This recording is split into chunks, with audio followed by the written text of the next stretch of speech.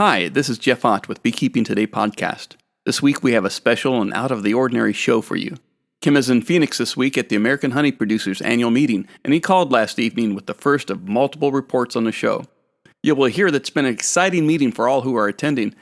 However, the hotel room network connection presents their own challenges, so you may notice a few glitches during our discussion. However, we hope you will still enjoy Kim's update. With that said, let's get on with the show. Welcome to Beekeeping Today podcast, your source for beekeeping news, information, and entertainment. I'm Jeff Ott. Kim Bottom. Hey, Kim, you're doing a lot of travel this week. Where are you? Oh, Jeff, I got to tell you, I'm in Phoenix, Arizona, and I'm at the American Honey Producers meeting. I'm at a bee meeting, and all things considered, there ain't no better place to be than a meeting of beekeepers. And this is a good one. And what I want to do, what I want you and I to do today, Jeff, is the first thing I want to do is I want to walk around the vendor area and tell you about who's here and what they're doing, and some of the new stuff that's showing up and some of the regular stuff that's always here, and the people that are running the booths, some of them. And when we get done with that, the next time we get together, I want to tell you about the meeting, the speakers. Jeff, let me tell you this. I've been planning meetings for 30 years, and I've planned meetings for 600 and 700 people, and 200 and 300 people, and 30 and 50 people. And these people here, I don't know the count. There's 200 or 300 people here, and they have probably, I'm going to say 60 or 70 speakers. 20 or 30 of them are USDA people, and the USDA shut their doors 2 days ago, and none of those speakers are here. So suddenly you've got meeting planners, and a third of their speakers have not been able to come. I can't imagine the nightmare that meeting planner. My hat's off to those people having to deal with this, because suddenly your whole program went out the door, and you're making things up as you go along. Yeah. I've always enjoyed those meetings, and you were talking about the vendors before. Even though many of the vendors bring back the same stuff year after year, and as a beekeeper, you've seen this stuff time and time again, it is always fun to go back and see what is there, what may be new, what's the new wrinkle, what could save me a little bit of time, what will make my bees healthier. I just love walking across through the vendor floor, and that was always a highlight. And the speakers are good, yeah, absolutely, but always going on and seeing what's new with the vendors is a fun thing. There's a lot of the world is changing, and as you and I sit here and speak, the world is changing in terms. You mentioned bee health, and that's a good place to start. I'm going to talk about a bunch of things here on these vendors, but. Sort of an introduction is there are a lot of people here who are looking at bee health. There's antioxidant people, and there's nutrient people, and there's nutrition people. And 10 years ago, you wouldn't have seen any of this. And now we're talking seaweed and phages and all sorts of things that are making bees healthy. They're having to deal with pesticides, and they're having to deal with poor nutrition, and they're having to deal with fungicides and a bazillion chemicals that 20 years ago we didn't have to think about.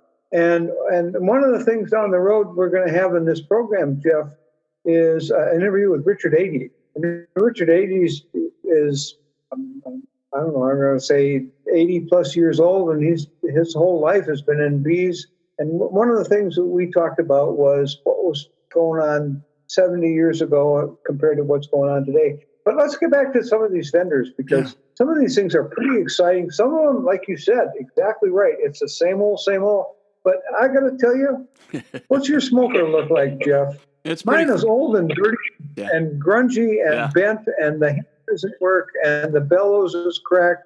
And I like looking at new smokers, and I got to see new smokers and a lot of other things. So you want to walk down the line with me here, and let's talk about some of these people? Did you see any digital smokers?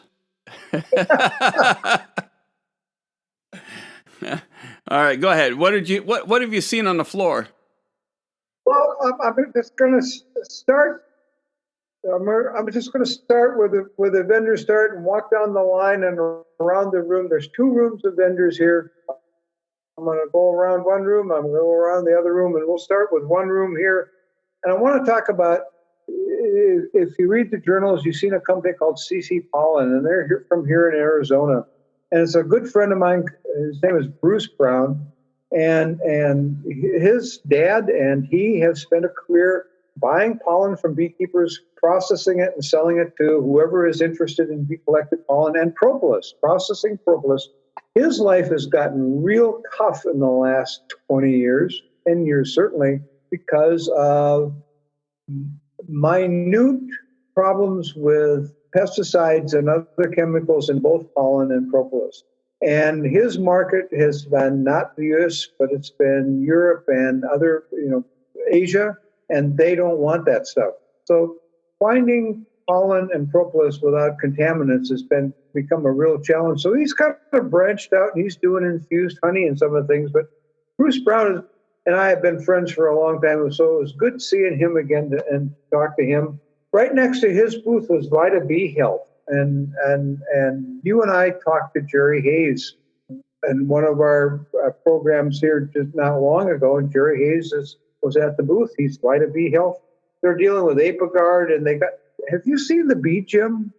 Do you know what that is? Yes. Yes, I Well, have. he's got, and I've seen it, and I held one in my hands, and okay, Jerry, you got to give me 2 or 3 of those. I got to try these things out. So I got to admit, being the person that I am, when I say you got to give me one of these, they give me one of these. So I got 3 or 4. I'm going to take them home, and I'm going to put them in my hives and see if the bee gym really works when bees come in and scrape the varroa mites out. But they've got swarm control chemicals, and Jerry's having a good time. I hope it works out well for him and for his company. I have to say that when I hear Bee Gym, and my apologies to Jerry, because Jerry has been very good to us, but when I hear a Bee Gym, I think of the old Saturday Night Live skit of I've got to pump you up. Anyways, go ahead. Go on down the floor. Down the road from Jerry and his group was the used pallet company, and the used pallet company, they knock down houses, they take the boards, and they just take old junk wood and they make pallets out of them. They make pallets generic and they make pallets specific. So if there's something you want, you give them an order. But here's the deal with used pallet company: you got to talk to them in August. So when you move your bees out to the West Coast to do almonds in January, February, if you talk to them in August, they'll have their pallets ready for you. If you talk to them in January and February, they'll have their pallets ready for you in May and June, long after you're gone. So they make good stuff. And I don't know if you've looked at the evolution of pallets with 4 beehives on them, but it's come a long way even in the time that I've been dealing with bees. And these are really good, no bottom boards, and it works well. And they do good work. They use quality material that's used, hence the name. But if I was putting 1,000 colonies on pallets, these are some of the people I want to talk to, but I want to talk to them in August, not January when I need them. After the used pallet people, there was hang on, I got to look at my notes here, because I walked down the road looking at these notes. There's the Randox people, and the Randox people make machines that measure. They look at the sugars in your honey, the ratio of the kinds of sugars, sucrose and fructose, and all of those things. And once you look at the ratios of those sugars, you can say this is real honey, or this has been honey that's been adulterated with other stuff. So these are the kind of things that packers are using. I take my honey to a packer. He runs it through these machines, and he takes a look and he says, okay, this is real honey, or it's not. And it measures the sugars, it measures HMF, and it looks color of honey. Now, here's the thing. If I'm a pretty good sized association or I'm a pretty big honey producer, do I want to own one of these machines? It costs the bottom end machine, which does the minimum, costs you about $8,000. But it's going to tell you all of these things before you take it to the packer. You can give the packer, he doesn't have to run that test, A. And B, he knows that you're being upright and honest about what you're selling him. So is this something an association should consider? And that's one of the things we're talking about. $8,000's a lot of money, but if honey's putting food on your table, this may be something you want to consider. Now, they go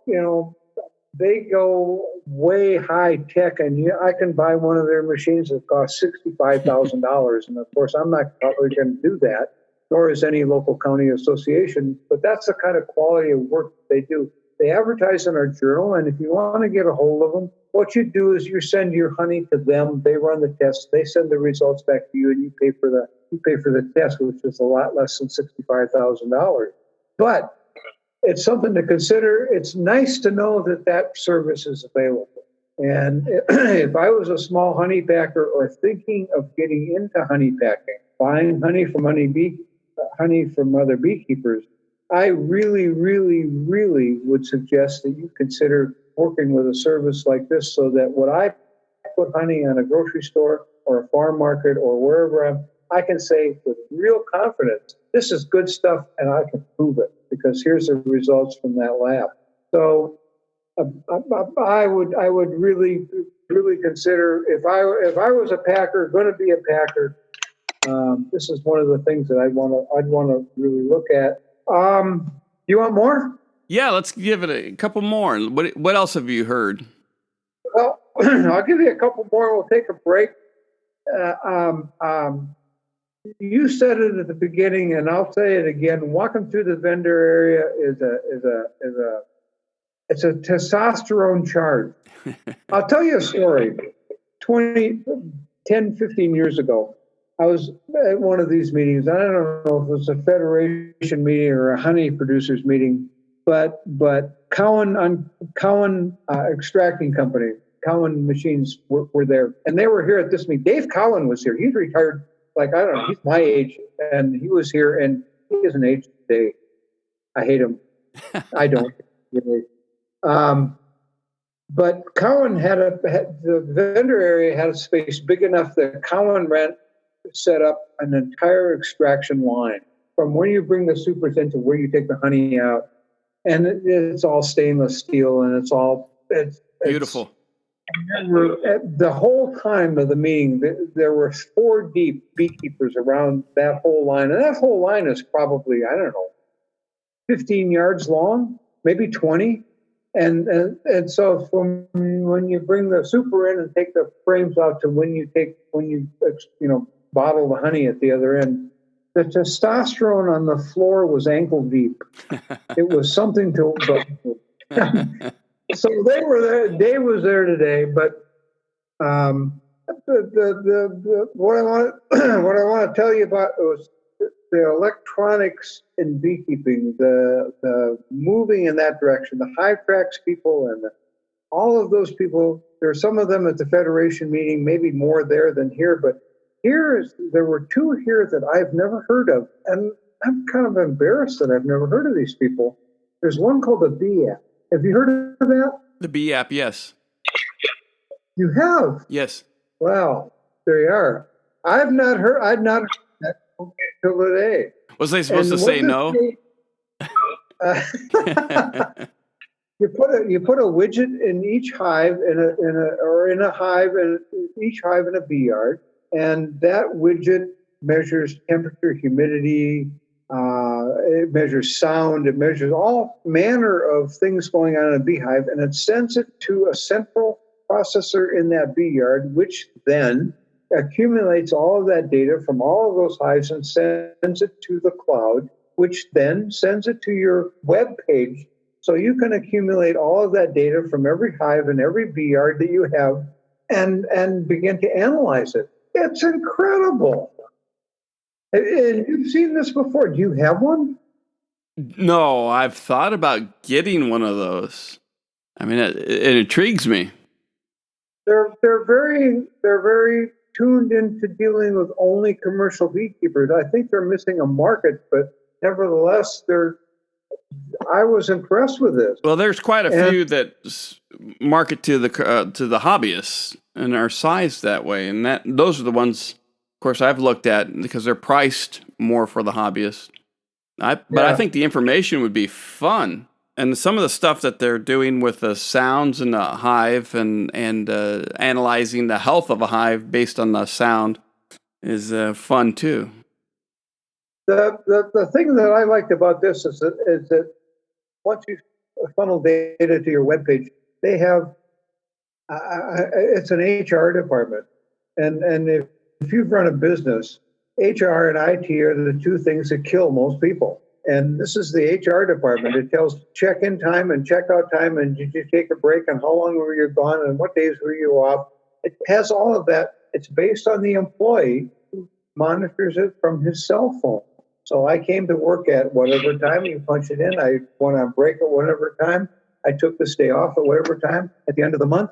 Now, the other thing that it does, it's got a whole bunch of things that you can measure. One of the things that it measures that is really important, if you're involved in the ELAP program, are you familiar with the ELAP program, Jeff? Yes, but go ahead for those who might not be familiar with it on the listening to the The podcast. ELAP program has to deal with colony loss. And if you have fish, or you have livestock, or you have bees, and you're affected by the world, the environment, weather, whatever, and you have losses, the ELAP program makes up some percent of those losses. And with beekeepers, it makes up 78%. Is that correct? You lose 22%, 78% of your losses because of CCD, because of floods, because of fire, whatever.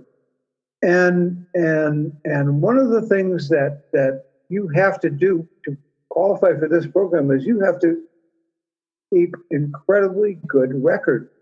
You have to, if I'm dealing in an ELAP and I've got a colony, but I split that colony, but then the mother colony dies because of mites, because of CCD, because of whatever, how do you measure that? Because I had one colony, and then one died, but because I made a split, I still have a colony. Well, this program keeps track of all of that. And I'm sitting here and thinking, okay, I got 6 colonies in my backyard. For me, it's easy. When you're running 40,000 colonies, I'll tell you, Jeff, when I came into this meeting, I got on the airport, I got on the hotel shuttle, and I got in with 3 guys. Other than 4, there was 4 of us, 3 guys. The smallest beekeeper had 17,000 colonies. That's the kind of people that are listening to these talks. When you're talking ELAP programs, these people are talking really big numbers. When you're talking any of this stuff, you're talking really, this isn't hobby backyard stuff, which is okay. Hobby backyard stuff is okay, but commercial is a business, and you've got to, when you're dealing with 50 colonies in a bee yard and you've got 400 bee yards, record keeping takes on a scale that I cannot comprehend. But these software people have comprehended it and made it work for these beekeepers. So I can go into a bee yard and I've got 50 colonies and bing, bing, bing, bing, bing. I got all of the data. I go to the next one, and at the end of the day, I know what my employees have done. I know how many colonies I've lost. I know what medications have been put on. I know everything I need to know, and it's all on my web page. I don't have to transcribe it because my employees did it when they are on their cell phone in the bee yard. So there's a couple of these programs out there that are. I was impressed, and I'm not easily impressed when it comes to this because I thought I knew it all, and boy, I wasn't even close. So this was good. That's great. The record keeping and as you've had writers in the magazine talk about the perfect hive and how to record and how to document the hives. That's so important. It always has been, but now that it's all on the computer and because of connectivity of databases and being able to consolidate all that information, it's really become useful for the beekeeper. And as you pointed out, for the commercial guys who are running thousands and thousands of colonies, it's really it's not a toy. It's really a key part of their operation. It is, and three things come into play here. One of them is that you have to have good records. It's for the ELAP program, if you're part of that. The really big people, Jeff, coming down the line here, we've got an interview with Richard Adey, and Richard Adey and his two sons, Kelvin and Brett, run the biggest beekeeping operation in the universe. They run on about 100,000 colonies, and Richard Adey has come to the point. I was talking to him this afternoon, and we'll have that on his interview later in this program or the next one. The ELAP program, he's so big, he can't deal with the ELAP. ELAP can't deal with him. Let me put it that way. They just can't comprehend 100,000 colonies in seven states and dealing with all of the things. But for the people that are a little bit smaller, 20 to 10 to 500 to 10,000, 20,000 colonies, the ELAP program is going to be good, and good record keeping is critical. But I got to tell you, you and I with I don't know how many. How many colonies you got, Jeff? Well, 4 last time I checked. Okay, I run right now. I've got 6. I had 6 on New Year's Day, and running 6 colonies, I got to keep good records. And so from our perspective, good records is critical. And I'm sitting here. The other thing that's going on here, I'll wander a little bit, Jeff, is the Apiary Inspectors of America meeting going on. And I've been sitting in on some of their sessions. And I know I'm wandering from the vendors here, but actually this kind of plays a role in here. And 2 things are going on with the Apiary Inspectors of America. One of them is that, oh my God, the turnover. The new people that are taking over from all of the old people that I know, that are now gone and they're retired and they're sitting on the beach somewhere going, Flottam, what the hell are you doing? I probably shouldn't say that. They're saying, Flottam, what the heck are you doing? Why haven't you retired yet? Because they have, but they are record-keeping people. They know that you need to keep records and it has to work for you. But listening to the Apiary Inspectors of America, it's a whole new world out there. I go back 30 years, and what we did. I was talking to today a beekeeper who's been keeping bees longer than I've been in this job, and it was in Richard's interview, and you'll hear it later. He said, beekeeping used to be easy. You put the boxes out there, you come back in 3 months, and there's 70, 100 pounds of honey. You harvest the honey, and that's what you do for a living. And the number of people that are making the shift in beekeeping today has been pollination and bees instead of honey. Honey is the 3rd most important income producer and fading fast. Pollination is paying the bills. Making bees for other beekeepers is breaking even, and honey is maybe if you make any, it's a bonus, and if you don't, you're not out anything because you're not investing a whole lot in it. So the world is changing, and I'm sitting here watching it, and it's fascinating to watch. I'm glad I'm not a part of it integrally. I'm glad I get to report it, but boy, it's a challenge if you're in the business and bees are putting food on your table. It's really changed, and I'm like you. I've only been in it for a little bit, and only from a hobbyist perspective. But I've been on the periphery, and I've been to a lot of the meetings, and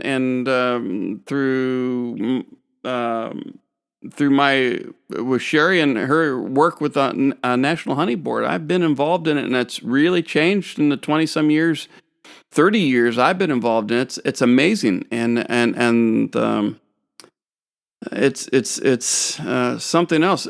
But there's meetings like you're at today, this week, and the ABF that's going on now. Those are always fun to attend, and I would encourage any beekeeper to, whether you're a hobbyist or commercial or sideliner, to attend a national meeting if you ever get an opportunity. It really will open your eyes to a much bigger world than most of us are used to. That's really good advice. I've run a county association, I've run a state association, I've run a regional EAS association, and they all have their value. There's no doubt about it, but they just don't compare to a national. And I'm on a national association, American Honey Producers, and there aren't 10,000 people here, but there's the information and the people that you get to run into in the hall. Running into people in the halls is the most valuable, without a doubt. But the vendors that are here at a national meeting that you're not going to see at any of these others, you're right. If you're a hobby beekeeper with 2 colonies in the backyard, once in your life, you need to go to a national meeting and go, oh my God, I didn't even believe that this could exist. And it's incredible. I want to line this one up, Jeff. I've got a lot more to talk about, and I want to come back to you next time and talk about the speakers here. Okay. And one of the reasons I'm here this time at the American Honey Producers is because the Apiary Inspectors of America are meeting here at the same time, and the American Bee Research Conference. All of the science. I was in a room, Jeff, are you ready for this? I was in a room tonight with probably 80 of the brightest and best bee researchers in the U.S. The scientists and their grad students who are presenting here this week. I can't begin to describe. There was a poster session, and on the walls were all the pictures of all of these grad students and their professors, and these are the people that are going to be running bee research in the next 3 or 4 decades. The best and the brightest in the bee industry were in that room, and I got to talk to all of them. Let me tell you how cool that is. That'd be great. And I'll back to your comment about if you ever get to go to a national meeting, that's the one to go to. Apiary inspectors, American Bee Research, all of the politics that are going on in the national meeting. It's amazing. It's you know, are you familiar with the honey labeling thing that went on with added sugar? The honey producers and the American Beekeeping Federation and the maple syrup people got up in arms about, because FDA wanted to put added sugar on your nutrition label on honey and maple syrup. And these people got up, they got lobbyists, they got lawyers, they got people to write letters, and they took that off that nutrition label. There's no added sugar on honey and maple syrup, because these people got organized, they got involved, and they stood up and said, this is wrong and we need to fix it. Listening to these people, the list is pages long of the things that these national organizations have done to make things better for the backyard beekeeper with 2 colonies. And it's been, this is why I come to these meetings, because I was talking earlier about testosterone on the floor from beekeepers with stainless steel. This is the kind of testosterone on the floor that I get when I listen to these people who are doing things really good for bees and beekeepers. There's a lot of good heart and good soul in these meetings, and you meet the not only do you meet the beekeepers, but you meet the families, and you meet the wives and the sons and the husbands and the daughters and the entire families who are involved in the beekeeping community. And it really becomes apparent how important it is to so many people, and you see the heart and soul of the folks that are actually working it, and it is fun. And I really strongly encourage folks to attend a national meeting if you ever get a chance. The next American Honey Producers meeting is going to be in Sacramento, and the next American Beekeeping Federation meeting next year in January in Chicago. Okay, Chicago in January. Let me think about that. But I've been to national meetings everywhere, and the trip is worth it. So, Jeff, we're gonna sign off right now. I got to run, and you got to run. But we're going to come back and talk about more vendors and more of this meeting and more of the people that are here and things that are going on. It's late at night for both of us, and I've had a good time. I hope this has worked well, and I know that the quality of the sound has been weird, and for our listeners, I hope you can put up with it because we're dealing with hotel things and whatever, and we'll catch you next time, and maybe it'll be better, but maybe it won't. But tune in anyway, okay? I appreciate it, Kim. It's fun talking to you, and yeah, the challenges with the communication that we've had is made it even more fun. But I think the information you've gathered, and that from tonight, and also from what we'll have in the next couple days and next week, will be really good for our listeners of the podcast. So I want to encourage listeners to reach out to us through both our emails at questions@beekeepingtodaypodcast.com or through Twitter to reach out. If you have any questions, we'd be more than happy to answer and respond to them. So thanks a lot, Kim. Safe travels and keep your recorder going. We'll be in touch again later tomorrow, Jeff, and there's more of the same, but there's more, and it will be just as much fun, I think. I think so too. All right, very good. Safe travels. Thanks. Bye-bye.